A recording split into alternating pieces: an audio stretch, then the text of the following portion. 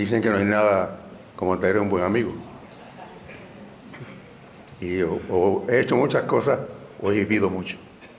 Eso sí que me preocupa. Pero se me ha encargado la labor de cerrar este evento, el encuentro con el libro cubano exiliado. ¿Ahí se oye bien? Sinceramente, este evento ha tenido una trascendencia más grande que la que pensábamos los que lo organizaron. Encuentra otras dimensiones en las cuales proyectarse.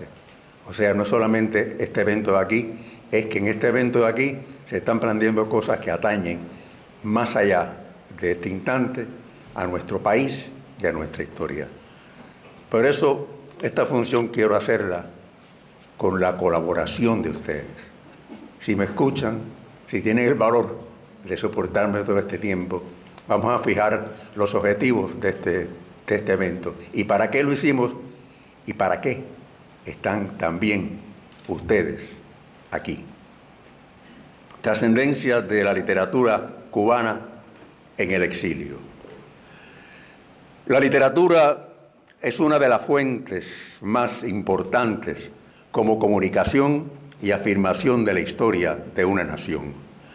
Por las distintas fases de la literatura, afirmó José Martí, pudiera contarse la historia de los pueblos con más verdad que por las crónicas oficiales.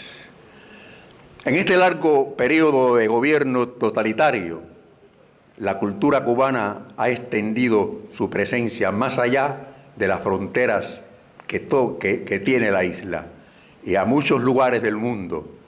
A esas cifras, a esas tierras, los escritores de la inmensa diáspora cubana han llevado a la literatura sus recuerdos, sus vivencias, sus registros del pasado y sus presagios del futuro. Y de los testimonios de sus libros creados y editados en el destierro, como siembra en surco de urgencia, ha surgido toda una literatura colonial y colosal que, nacida en el destierro y por este motivada, se constituye en patrimonio imprescindible de la cultura nacional cubana.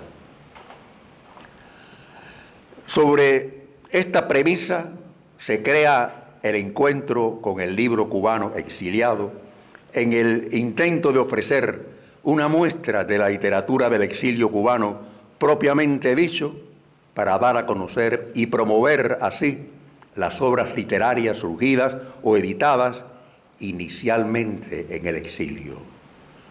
Este proyecto no subestima la producción literaria que habrán hecho escritores en la isla. También hay obras de mérito en lo literario en la otra orilla. La acción eficaz del tiempo acercará a las fronteras en una visión global, pero este proyecto intenta precisar en el cuerpo general de la cultura cubana el aporte específico y de singular valor de la literatura cubana en el exterior, el necesario y útil encuentro con el libro cubano exiliado. Con estas palabras como pórtico de entrada, hicimos la invitación a los escritores radicados fuera de Cuba en concepto de exiliados a participar con sus obras y sus presencias en esta especial convocatoria que hemos calificado como un encuentro peculiar. Y peculiar porque es simbólicamente un acercamiento, una cita de libros como seres vivientes cuyas voces trascienden el espacio y el tiempo.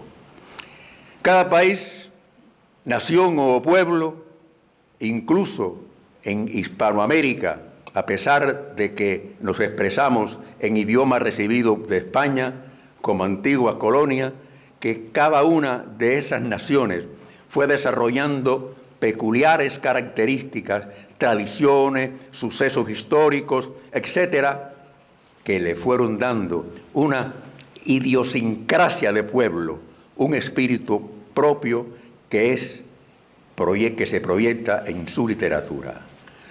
Cuba, última de las colonias en independizarse, pasó por el sistema y por el mismo proceso en el que hicieron su hallazgo de su ser nacional, todos estos países nuestros, cuando los de la isla, allá nacidos, empezaron por sentirse, no ya como españoles de la isla, sino en la categoría de criollos.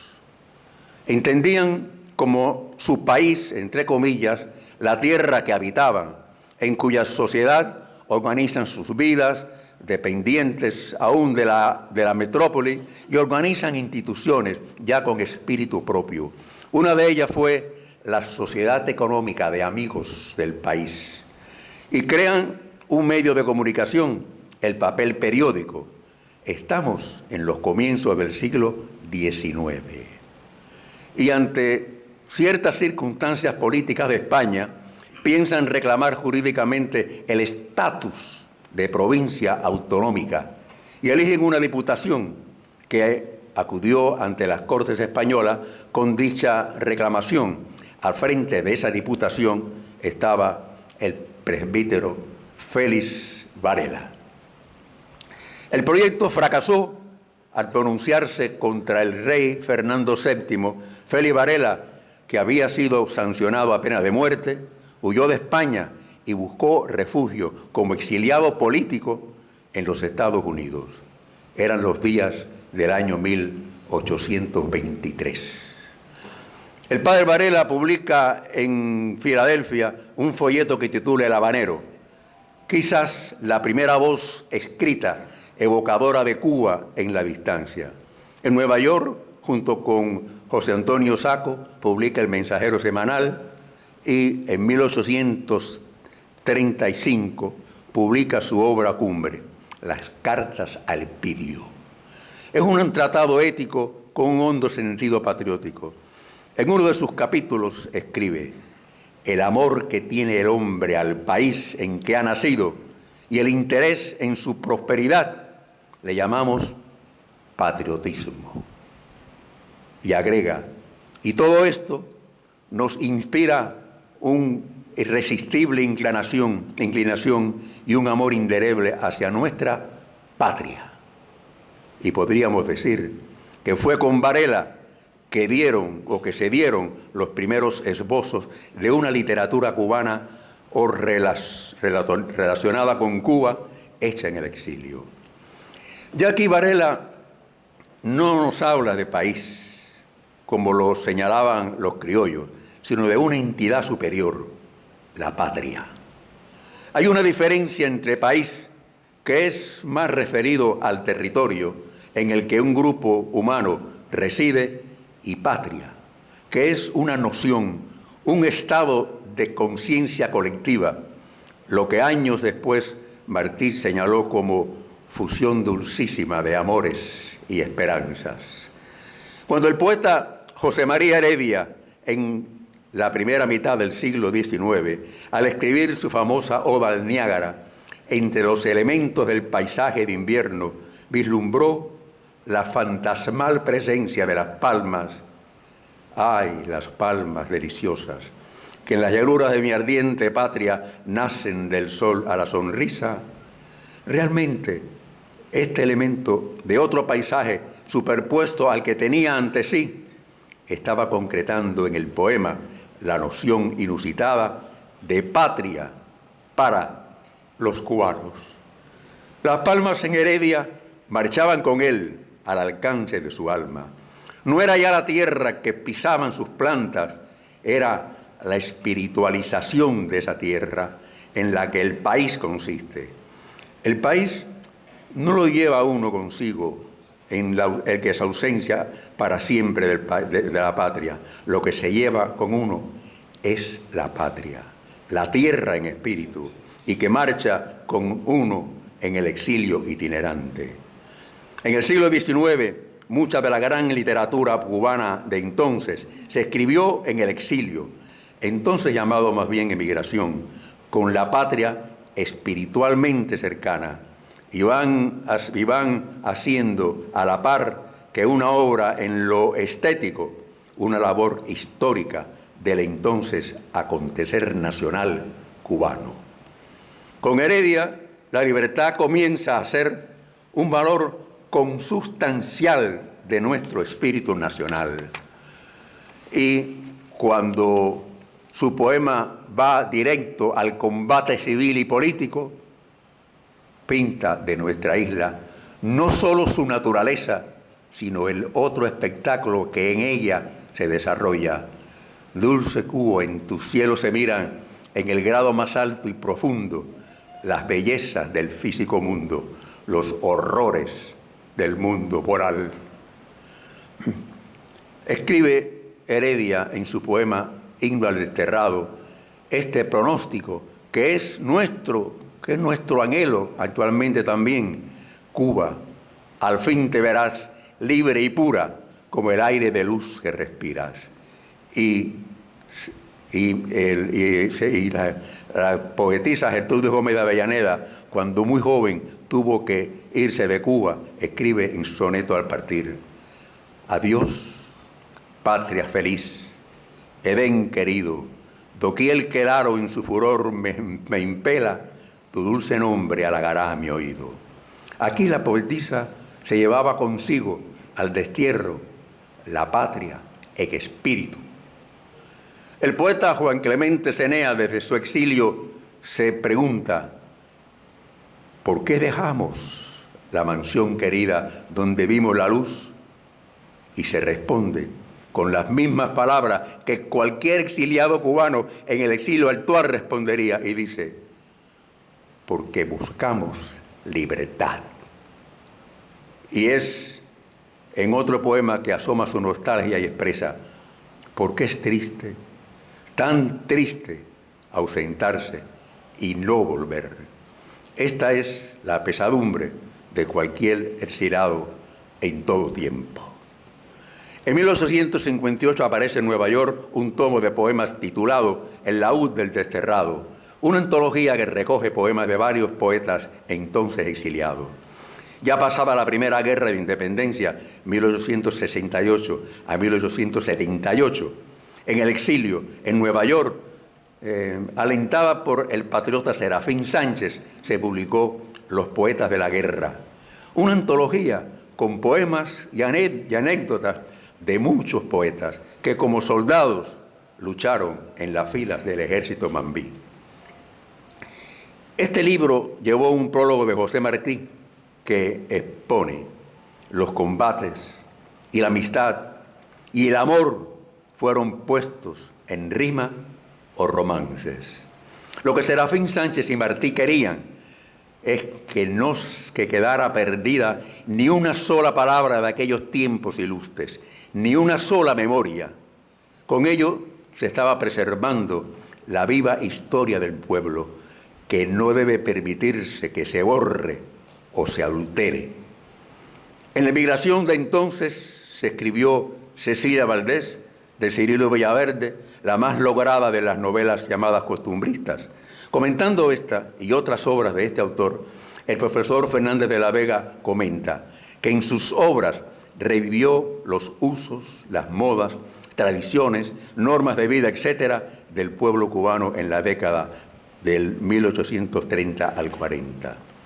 En aquel exilio escribió Martí su formidable obra literaria, entre todas aquellas que produjeron los cubanos en aquellos tiempos. En toda esa literatura exiliada está la historia de Cuba de entonces, genuina y actuante, que refleja la situación cubana de aquel periodo histórico, versión histórica más valedera, honestas y objetivas que las versiones que hacía el gobierno español, que mandaba allá en la isla. Luego, a aquella fuente de investigación han ido los investigadores a buscar el testimonio valedero de la Cuba en aquel tiempo. El azar histórico nos ha puesto a los cubanos, a partir de 1959, en una situación similar a la que se vivió en el siglo XIX.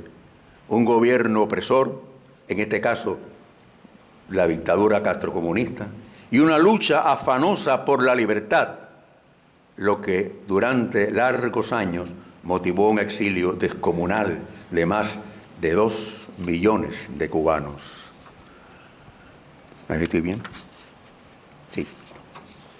Fue así que en este éxodo masivo de los primeros años, década de los años 60, se exiliaron muchos de los más destacados escritores cubanos que al cabo aquí siguieron contribuyendo a nuestra literatura y el arte en general. Ese éxodo hacia el exilio ha continuado creciendo y han estado llegando escritores de las más recientes generaciones. Con todos en conjunto se ha ido produciendo una mayor y tal vez mejor literatura que la propiciada y permitida en la isla bajo el gobierno castrocomunista, creándose lo que algunos observadores han dado en llamar la nación cultural cubana en el exilio.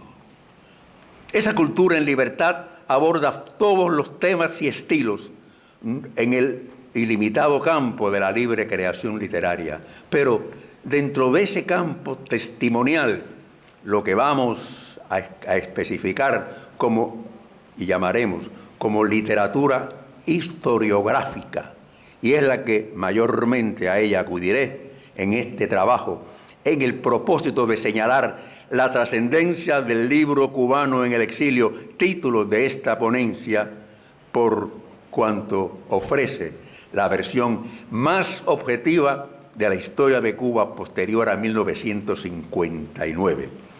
Citemos solamente algunos ejemplos. Lidia Cabrera, de largo currículum en los estudios sincréticos y religiosos, es la incontestable pionera de los estudios afrocubanos. Su obra de varios volúmenes ha sido materia de especialización de académicos y analistas, entre ellos Mariela Gutiérrez y Rosario Iriarte. Guillermo Cabrera Infante, Premio Cervantes y figura notable de las letras hispanoamericanas, entre otras de sus obras, en La Habana para un infante difunto, nos ofrece la visión de la vida cubana desarrollándose en un periodo amplio en la capital habanera. Enrique Ros ha realizado una extensa labor de investigación histórica que abarca innumerables temas sobre Cuba y la dictadura comunista cubana proyectada en el mundo. Y como un dato especial, su libro La fuerza política del exilio cubano ofrece una amplia exposición de peso en los exiliados cubanos en la sociedad norteamericana. Hilda Pereda, destacada narradora en su novela El sitio de nadie, describe la catástrofe de la familia cubana bajo el gobierno castrocomunista. Enrique Encinosa, en su libro Escambray, la guerra olvidada, reseña la lucha heroica y desamparada de los alzados contra el régimen comunista en aquella zona montañosa en la provincia de Las Villas desde 1961. El profesor Juan Clark escribió Cuba, mito y realidad, obra de futura consulta de la vida bajo el régimen comunista de Cuba. La creación teatral en el exilio también se ha constituido a veces en lo que hemos llamado literatura historiográfica. En su pieza teatral Exilio, Matías Montes Huidobro presenta dos tipos de exilio. Primero, cuando la lucha contra el gobierno de Fulgencio Batista. Sus personajes están exiliados en Estados Unidos, apoyan la lucha contra aquel gobierno. Y después, estos mismos personajes en Cuba, allí desencantados por la marcha de la revolución, tienen que marchar de nuevo al exilio, ahora contrarios a la revolución y su gobierno comunista. El dramaturgo Iván Acosta, en su obra El Súper, que fue llevada al cine, describe las vicisitudes de un exiliado cubano en Nueva York, al insertarse en la nueva sociedad, ejemplo de que sirve a muchos cubanos. El teatro popular o vernáculo, con la gracia propia de ese género, Raúl de Cárdenas, en Las Carbonell de la calle Obispo, ofrece una estampa social de una familia cubana en los años anteriores a 1959. El profesor, historiador, geógrafo y economista Leví Marrero ha publicado una obra monumental del ser y el acontecer de Cuba en lo económico, sociológico, histórico, etc., obligada fuente de consulta para el analista actual y el futuro. Título de la obra en varios tomos: Cuba, Economía y Sociedad. Del mismo autor, su opúsculo Cuba en la década de 1950, un país en desarrollo, donde prueba el lugar elevado que Cuba había alcanzado hasta entonces entre los países de Hispanoamérica.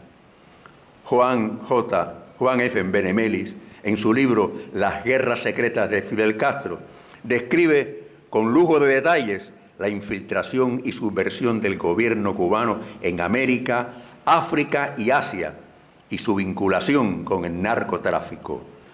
¿Acaso la más exhaustiva y documentada obra de varios títulos sobre la vida y obra de José Martí la realizó el profesor Carlos Ripoll en el exilio? En los testimonios sobre el presidio político cubano bajo el castrocomunismo ha de buscarse, por ejemplo, Rehenes de Castro, de Ernesto Díaz Rodríguez, Contra toda esperanza, de Armando Valladares, y Recuento para la historia sobre el presidio político de las mujeres, de Nelson Rodríguez Diegues.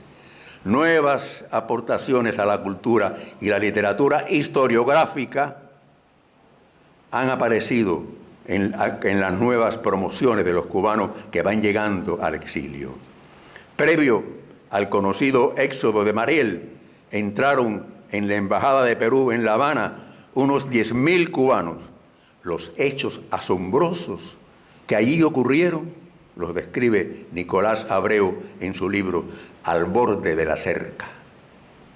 Asimismo, de José Abreu, poeta, dramaturgo, novelista, selecciono como aporte testimonial El olvido y la calma, que es un relato de lo que fue la llamada campaña de alfabetización. Y también de este mismo autor, tenemos Siempre la lluvia, que es un testimonio vívido de lo que sufrieron los jóvenes cubanos en el servicio militar obligatorio. Josefina Leiva, en Balseros de la Libertad, ofrece una narración novelada de los cubanos que huyen de la isla en frágiles balsas en el anhelo de alcanzar la libertad. En su novela Mala jugada, Armando de Armas describe el ambiente de los marginados socialmente en Cuba, ambiente de los bajos fondos, con un lenguaje populachero, con una jerga que lo identifica a sus protagonistas. Zoé Valdés, más tarde famosa y galardonada internacionalmente, con un fuerte lenguaje donde no faltan expresiones vulgares, ofrece una magnífica visión de una especie de vacío existencial de gran parte de los jóvenes en la sociedad cubana de la isla, en su novela La nada cotidiana, obra que solamente podía en el exilio sacarla a la luz. En los más jóvenes aparecen asaltos, como expone José Antonio Albertini, una especie de visión infernal, de marginación y crisis de valores, de vacío y sexo, vivencias que les tocó vivir en Cuba. Reinaldo Arenas, uno de los más destacados narradores cubanos, que sufre en Cuba persecución y cárcel, aquel acoso lo describe en su novela Antes que anochezca y en Otra vez el mar. Reinaldo Bragado, además de su obra narrativa, recoge el naciente y desarrollo movimiento por los derechos humanos en su ensayo La fisura.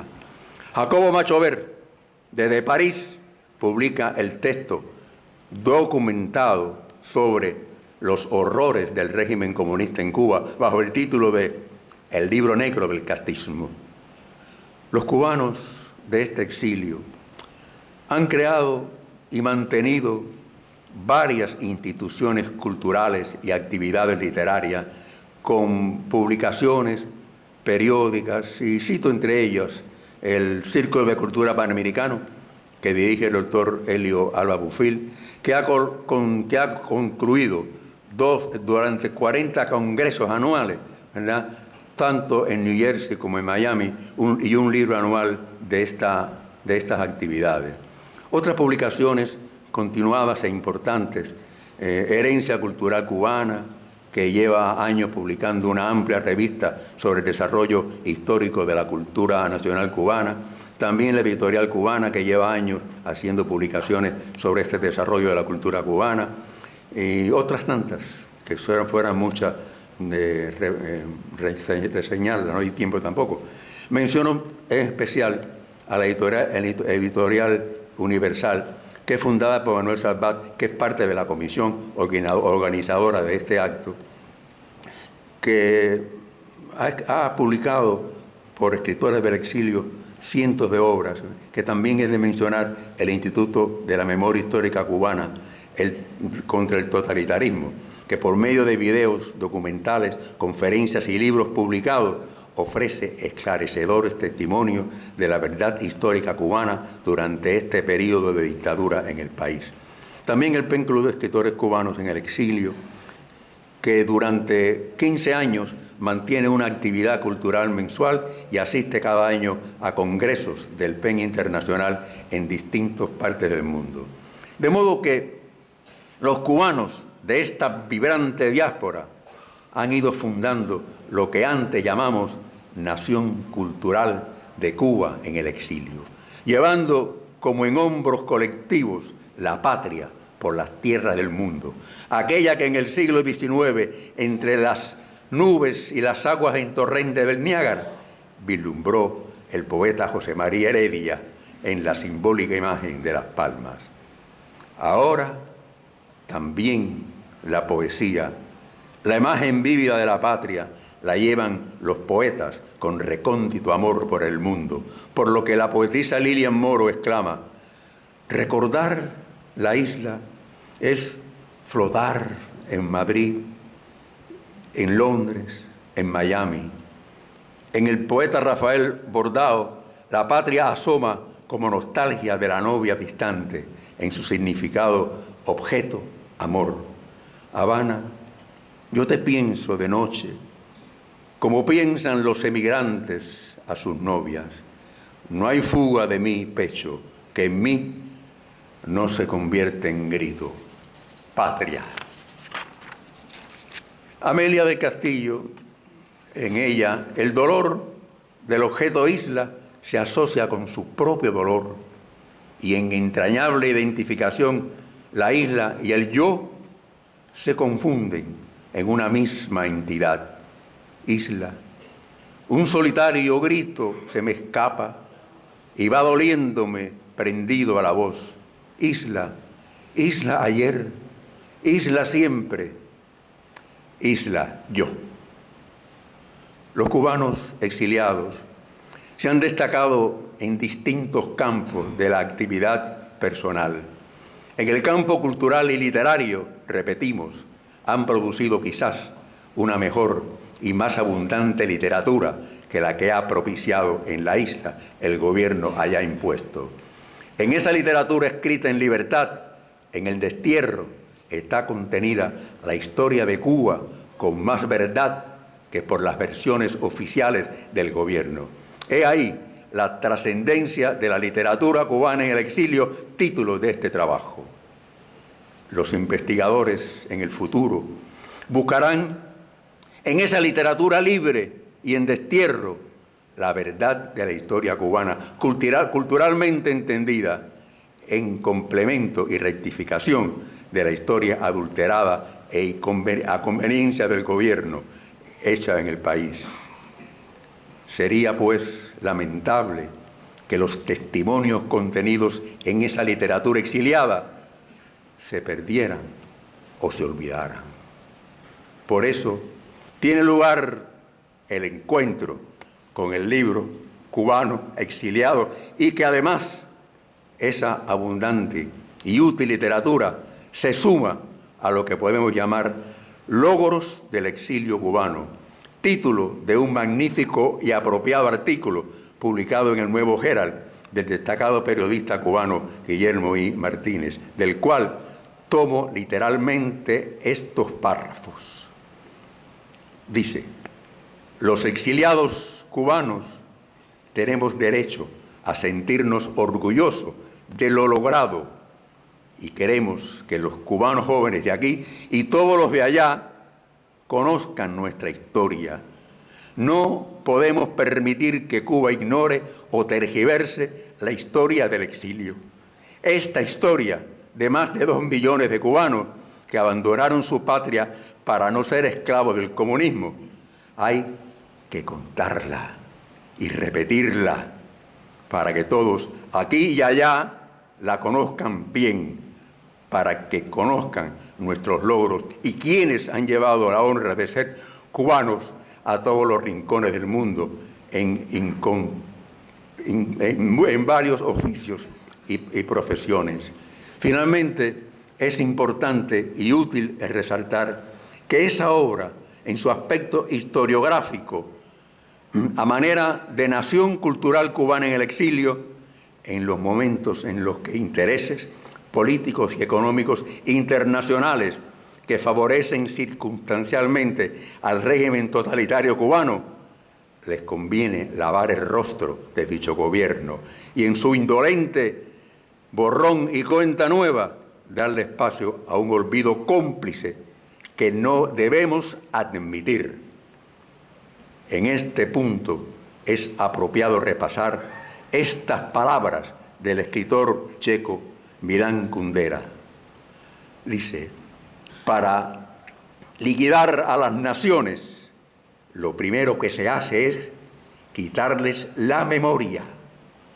Se destruyen sus libros, su cultura, su historia, y luego viene alguien y les escribe otros libros, les da otra cultura y les inventa otra historia.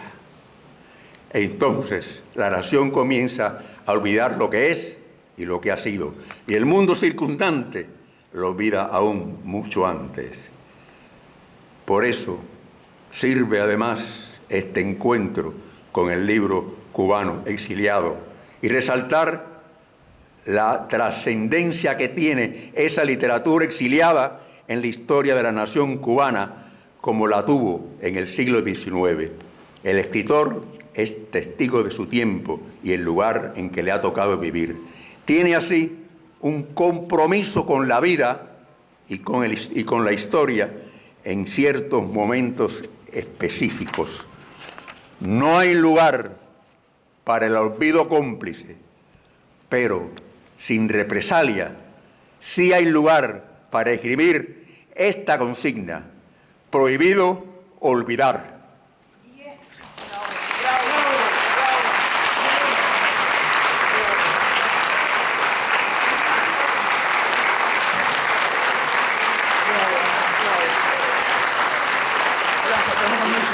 Te la comiste.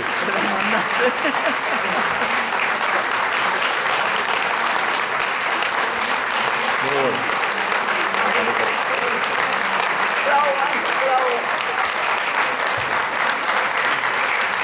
Ahora está prohibido.